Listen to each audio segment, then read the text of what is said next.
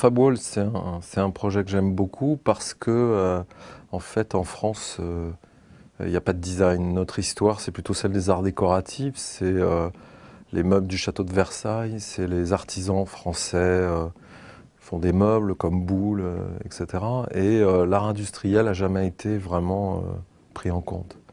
Donc j'ai été invité l'année dernière par le Musée des Arts Décoratifs et l'Association des fabricants français de papier peint, la 3P, à participer à ce Wallpaper Lab, c'est-à-dire à réfléchir à ce que pourrait être l'avenir du papier peint. Donc on est parti du papier, on a placé des motifs qui, quand ils sont devant une caméra, peuvent créer des informations qui sont reconnaissables par donc, un ordinateur, un téléphone ou ces nouveaux appareils. Donc Fabwall, c'est finalement donner la parole au mur, c'est révéler les fantômes qu'on a dans les souvenirs de son enfance dans la maison de sa grand-mère. C'est révéler ce qu'on a envie d'y mettre ou ce qu'on n'a pas envie d'oublier. Donc c'est laisser des petits messages sur les murs. Gérer ses souvenirs, ce qu'on a envie de cacher. Donc dans la chambre d'un ado, c'est ses secrets. Dans ma chambre par exemple, c'est les souvenirs liés à ce qu'on a vécu. C'est ce qu'on veut en fait. Le papier peint, tout le monde sait ce que c'est. Par contre, un papier peint et de la réalité augmentée, puisque c'est de ça qu'on parle, ça c'est un peu plus nouveau. Faire que le papier peint devienne le premier vecteur de la réalité augmentée dans la maison, ça c'est nouveau. Mais le papier peint, on sait ce que c'est, donc c'est connu, donc ça ne fait pas peur aux gens. Et ce mélange-là de connu et nouveau, c'est vraiment ce qu'on aime faire, parce qu'encore une fois, on ne travaille pas pour nous, on travaille pour donner un semblant de plaisir ou d'émotion aux gens, un peu de poésie on espère. Et il faut donc mélanger le passé, le présent, puis un petit peu de futur pour créer comme ça des alchimies nouvelles. C'est un peu ça, Fabwall.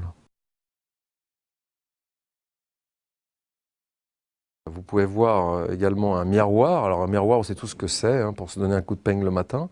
Mais ce miroir, il est un peu particulier. Ce miroir, il affiche des messages, des tweets autour des 10 ans du Cube. C'est-à-dire tout ce que les gens vont dire, tout ce que les gens vont tweeter sur l'événement va être affiché sur le miroir. Donc ce miroir, c'est le reflet de ce que vous êtes, mais aussi le reflet de ce que les gens vont dire sur l'événement.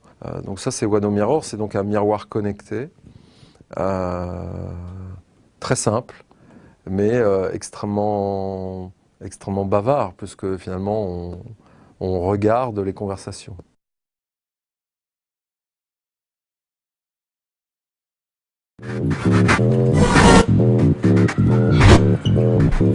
L'autre projet, c'est Urban Musical Game. C'est un jeu de ballon qu'on a créé avec l'IRCAM. On peut jouer à la passe à 10, qu'on a appelé la bombe, au basket, au volley. Et quand on joue, chaque mouvement, chaque déplacement de la balle est sonorisé. C'est-à-dire que finalement, Urban Musical Game, c'est comme les jeux vidéo, mais dans la vraie vie. Le son est une sorte de composition musicale, donc au fur et à mesure où vous jouez, vous êtes pris par la musique et vous changez votre manière de jouer pour être raccord avec la musique. Mais on peut considérer le jeu d'une manière complètement différente, se dire que c'est un instrument de musique, jouer avec le ballon et faire de la musique, et comme vous avez le ballon dans les mains, forcément à un moment vous allez jouer à un jeu un peu plus sportif. Donc c'est autant un jeu de sport qui vous amène vers la musique qu'un jeu artistique qui vous amène vers le sport. Donc ça parle à tout le monde, c'est vraiment un jeu de 7 à 77 ans, très, très facile à comprendre quand on le regarde.